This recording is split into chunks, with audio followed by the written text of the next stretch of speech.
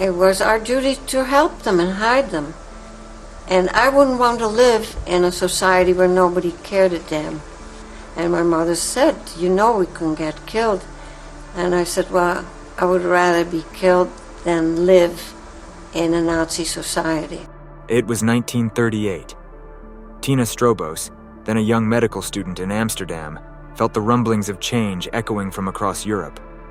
The Dutch capital was still a place of vibrant culture and peaceful streets, yet whispers of terror drifted over from Germany, where families like hers had friends, colleagues, and neighbors. People spoke cautiously of disappearances and restrictions, but in her gut, Tina knew it was something more. Even so, she kept her head down, focused on her studies, trying to ignore the unease that clouded the city's streets. Tina was born into a family that valued compassion, knowledge, and bravery above all. Her mother, Marie Schotte, an outspoken advocate for human rights, had always instilled a sense of justice in Tina. It wasn't unusual for their family to welcome in those who had nowhere else to go. As Tina grew up, she watched her mother and grandmother take in Belgian refugees fleeing the horrors of World War I. It was a silent, powerful lesson, one that stayed with Tina as she began her medical studies and stepped into adulthood. Yet the world outside her medical books was changing. After Kristallnacht in 1938, when Jewish businesses and synagogues across Germany were violently attacked, Tina's fears became reality. Refugees arrived in waves, and the stories they carried broke her heart. If they come here, she thought, what will we do? In May 1940, the nightmare she had dreaded became real. German forces invaded the Netherlands, casting a shadow over Amsterdam's canals and brick streets. Laws were enacted swiftly and ruthlessly, targeting Jewish families, stripping them of their rights, and pushing them out of public life. Tina knew she had to act. One night, as the whispers grew into calls for help, Tina transformed her family's boarding house into a refuge. She enlisted her mother's help to build a hidden attic compartment, a space that would shelter dozens over the years. Their home, only a 10-minute walk from where Anne Frank's family would later hide, became a lifeline for those fleeing persecution. Tina, along with her mother and grandmother, committed to their mission with a fierce determination that would save many lives. Tina joined the Dutch resistance and became an essential part of the network that kept refugees safe. She began to see her mission as more than just hiding people. She would help them escape altogether. Her days were spent studying medicine, but her nights were dedicated to rescuing strangers.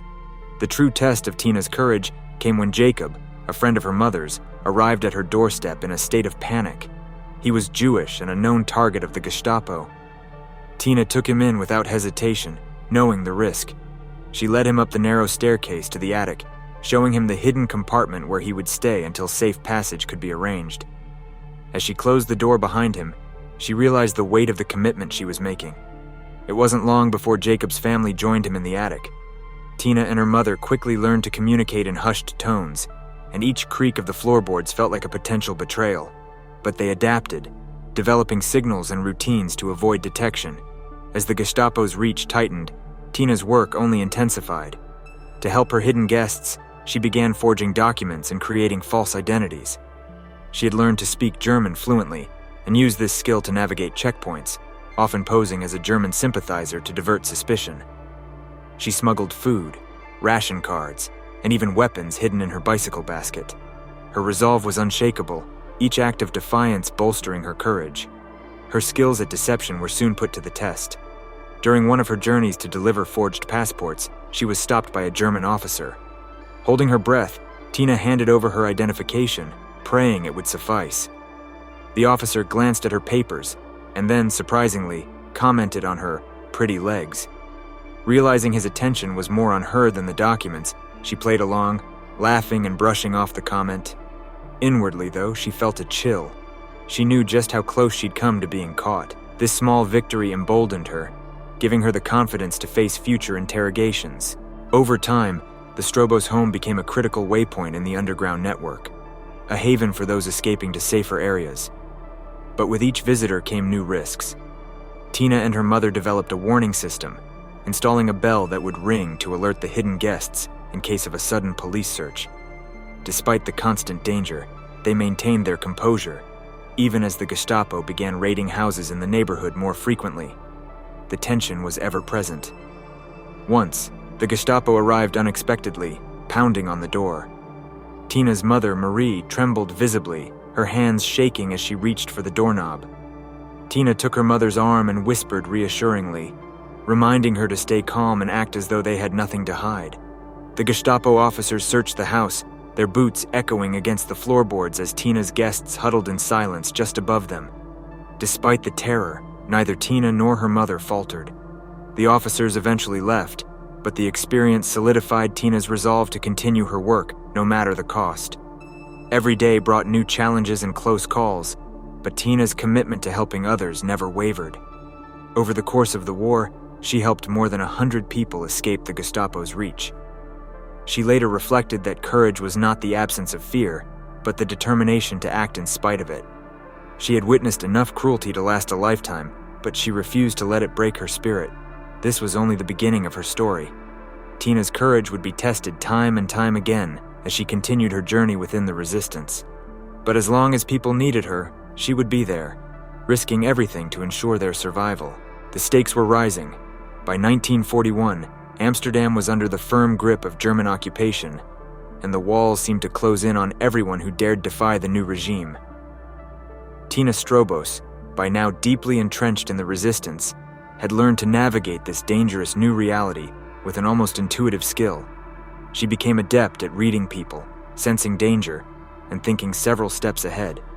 Her family's home was now a beacon of hope, but also a target. Every knock on the door could mean discovery, arrest, or worse.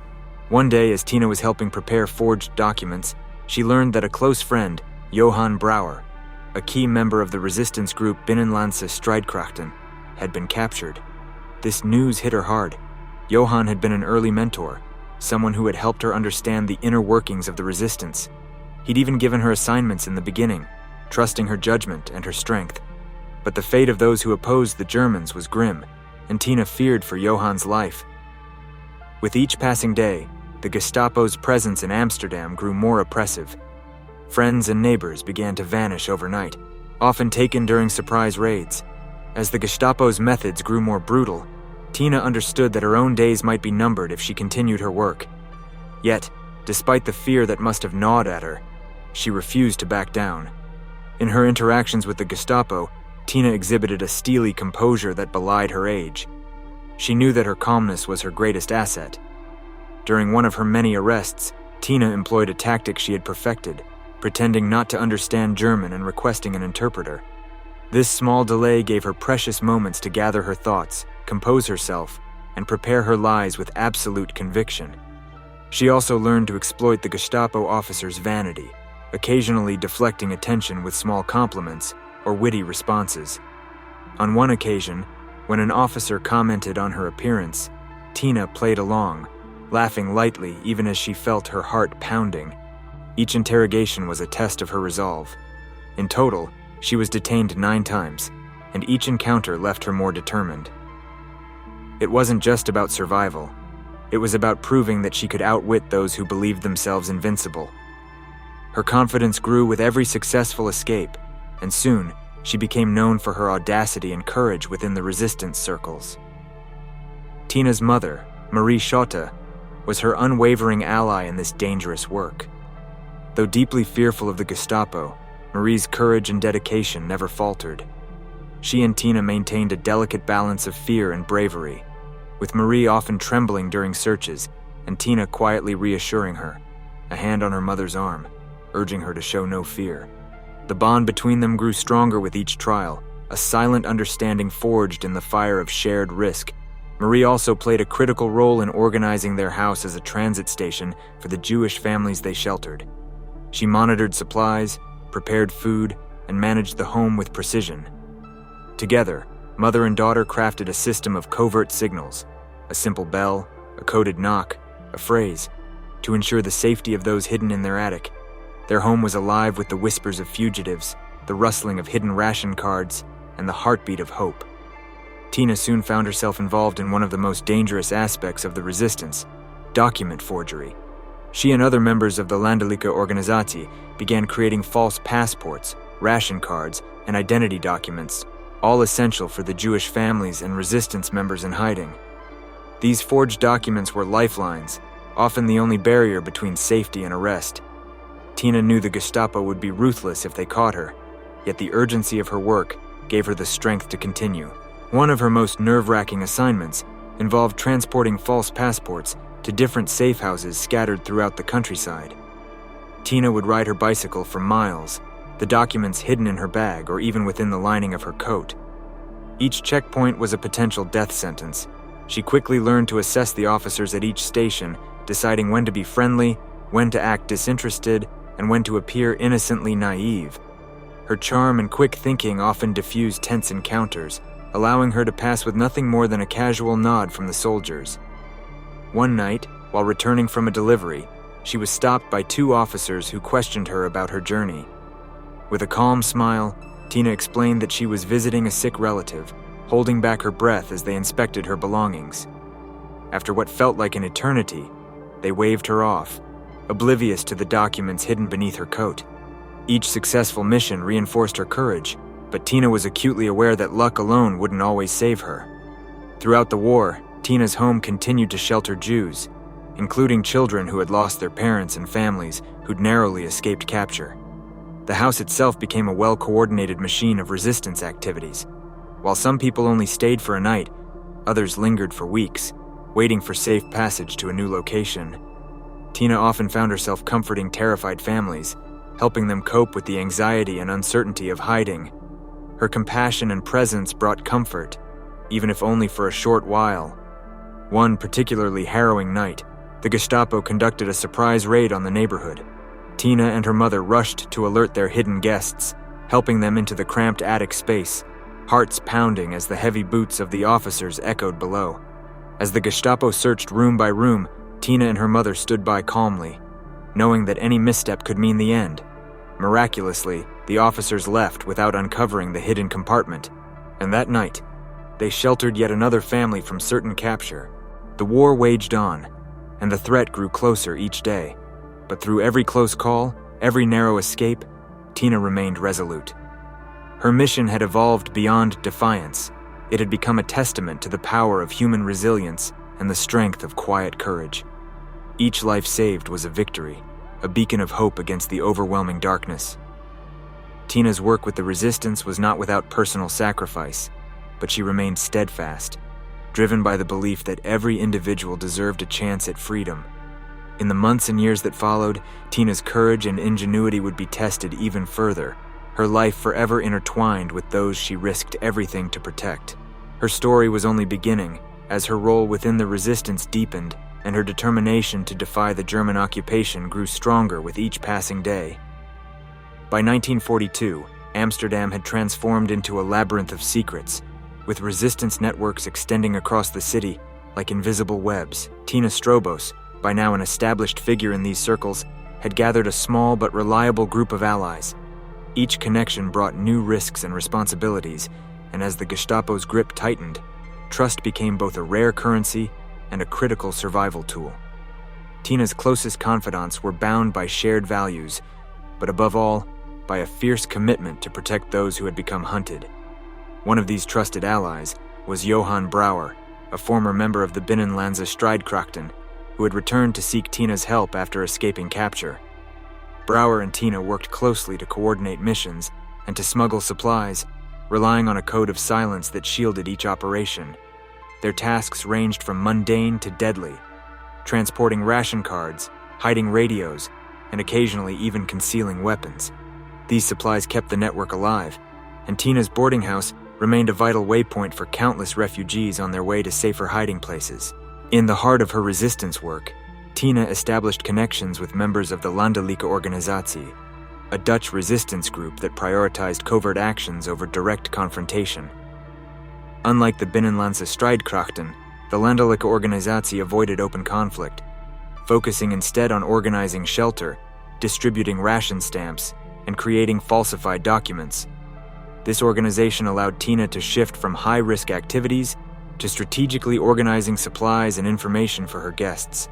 The hidden compartment in her attic often served as a meeting point for other resistance fighters, including men and women who shared her cause. Many of these individuals were unsung heroes, risking their lives with each visit. Together they formed a network of silent protectors, each responsible for a piece of a much larger, invisible puzzle. These friendships were forged under extreme pressure, creating bonds that would withstand even the heaviest of Gestapo scrutiny. One day, a close friend in the resistance came to Tina with a plea for help. A local family was at risk of being discovered by the Gestapo, and they needed a temporary shelter until a safer arrangement could be found. Without hesitation, Tina opened her doors, knowing that this act would endanger her entire network. The family, a mother, father, and their young daughter, stayed hidden for weeks, with Tina and her mother bringing them meals and offering quiet reassurances whenever possible. The tension was ever present, but their presence in Tina's home symbolized the strength of her conviction and her commitment to stand against cruelty, regardless of the cost. For Tina, each person she sheltered was not just a stranger, they were someone's loved one, and that understanding deepened her resolve. This empathy guided her through countless acts of defiance, shaping her approach to each new crisis. With each life she saved, Tina reaffirmed her belief that resistance was not just about action, but about the compassion that action represented. Amid her network's growing demands, Tina knew she would need more resources to continue her work. In a bold move, she began approaching known sympathizers, people who harbored anti-German sentiments but were too afraid to take a public stance. She requested donations, not of money but of food, clothing, and medicine, essentials that could be used for the survival of those she hid. Remarkably, many were willing to contribute, and her small attic stockpile grew. This support network, though informal, became a lifeline, allowing Tina to continue harboring refugees and hiding them from harm. But resources weren't the only thing Tina needed to secure. Her growing operation also required a series of safe houses. Tina's reputation within the resistance helped her locate homes willing to risk sheltering refugees for short periods. Some were friends, others were introduced through trusted contacts. This ever-shifting network of homes provided an additional layer of safety, allowing Tina's guests to remain in hiding without drawing too much attention to any single location. One particularly close call came when a family Tina had arranged to hide was intercepted by a Gestapo raid just before reaching their next safe house. Acting quickly, she and her network devised a rescue plan, coordinating with other resistance members to arrange a diversion. In the dead of night, they managed to extract the family, moving them to yet another shelter. The mission was a success, but Tina knew that such close encounters were becoming more common, a sign that the Gestapo was closing in on their network. Through it all, Tina remained remarkably composed. Her poise in the face of danger became legendary among those who knew her. She often reminded her fellow resistance members that survival required both caution and adaptability. Her work in the resistance wasn't fueled by hatred or vengeance, but by the belief that standing up to injustice was a moral imperative. She saw herself as part of a continuum of compassionate action, a thread that began with her grandmother's acts of bravery in World War I and continued with her own commitment to saving lives in World War II. Her resilience was tested each time she risked her life, but Tina had learned to draw strength from the people she saved, each of whom became part of her extended family. Her home was a place of hope, a refuge that reminded everyone within its walls that, even in the darkest of times, compassion and courage could shine through. As 1942 turned into 1943, Tina's network continued to grow, but so did the risk. With every new ally and every new mission, the danger multiplied. The Gestapo had begun targeting resistance families more aggressively, raiding homes and interrogating anyone suspected of harboring fugitives. Tina herself was questioned multiple times, each encounter a test of her quick thinking and calm demeanor. But her reputation for bravery and compassion grew, inspiring others to take up the cause and expanding the network of protection across the city. As she looked out over Amsterdam's darkened streets one evening, Tina understood the impact of her actions. She was one among many, a link in a chain that stretched across borders and time, each act of resistance a part of a greater struggle for humanity. Tina knew that the war's end was uncertain, but the power of collective compassion was real, and it would endure. By 1943, Tina Strobos' work in the resistance had made her a key figure in Amsterdam's underground network. She was known not only for her courage, but for her ability to stay calm under pressure, her quick thinking, and her unwavering commitment to saving lives. However, her growing involvement came with increased danger. Gestapo raids were intensifying, and the Gestapo seemed determined to dismantle the underground networks. The risk for Tina, her family, and everyone in her network had never been higher. One early summer morning, as the sun cast a pale light over the city, Tina found herself in a harrowing situation. She had been delivering a set of forged passports to a safe house when two officers approached her on the street. Clutching the documents hidden in her bag, she maintained her composure and greeted them with a polite nod. They stopped her, scrutinizing her carefully. Tina felt the weight of the documents, aware that even the slightest misstep could lead to immediate arrest. One officer began questioning her about her business in the area. With practiced ease, Tina explained she was on her way to visit a sick relative. The officer, intrigued, asked more questions, probing for inconsistencies. Tina smiled politely, her heart pounding as she answered. Satisfied but perhaps intrigued by her charm, they let her pass. She exhaled only once she was out of sight. It was a close call, one of many she would experience in those dangerous years. Tina's fiancé at the time, Abraham Peiss, a brilliant young Jewish physicist, was hiding with her assistants. Abraham was an invaluable figure, both in her personal life and within the resistance, but he too was in constant peril. One evening, Tina learned that Peiss and a few others hiding nearby had been betrayed and captured. She felt a rush of panic, yet she quickly gathered herself, determined to find a way to help him. Using her connections, Tina approached a high-ranking German official and convinced him to release Peiss, describing him as an exceptionally gifted physicist who could be of value to the German academic world. The official agreed after some negotiation, a testament to Tina's negotiation skills and her understanding of psychology under pressure. Her fiancé was eventually released, but this incident solidified Tina's resolve, as she recognized how close she had come to losing him. Her family's home continued to serve as a transit station for Jewish families moving to safer locations. Tina's mother, Marie, was a constant source of support, though the stress took a visible toll. Marie's hands would sometimes shake when she answered the door, and Tina would have to remind her to remain calm, to act as though they had nothing to hide.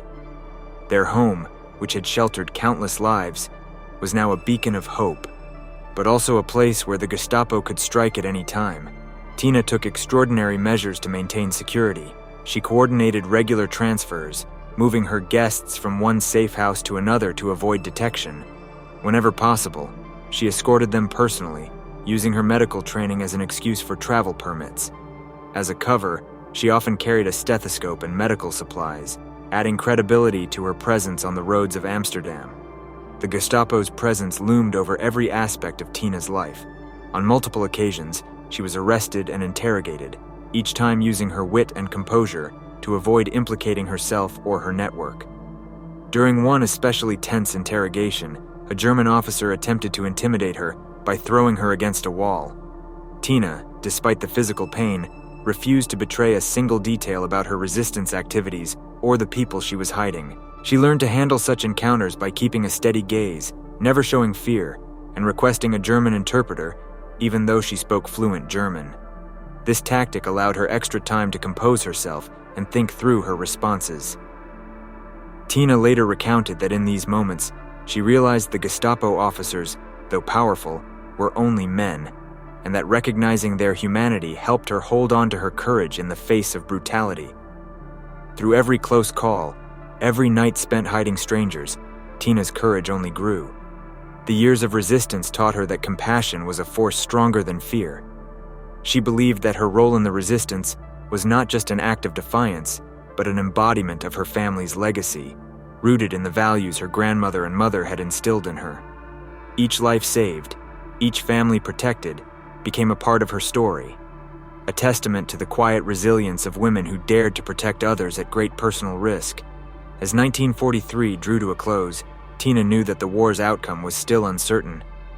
But she also knew that the legacy of resistance, the lives saved, the friendships formed, the hope sustained, would endure.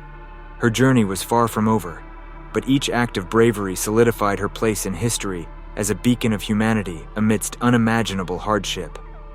By 1945, with the liberation of the Netherlands finally at hand, Tina Strobos emerged from years of secrecy and sacrifice, having saved over 100 Jewish lives. Her time in the resistance had been marked by close calls, relentless fear, and unimaginable risks. Yet she had shown through every moment of danger that her commitment to others was unwavering. Once the war ended, Tina returned to her studies, determined to make a positive impact in a world scarred by violence and loss.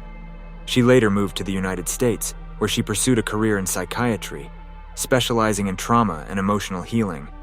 Her work was deeply influenced by the strength and endurance she had observed in those she sheltered, and she dedicated her life to helping others navigate their own challenges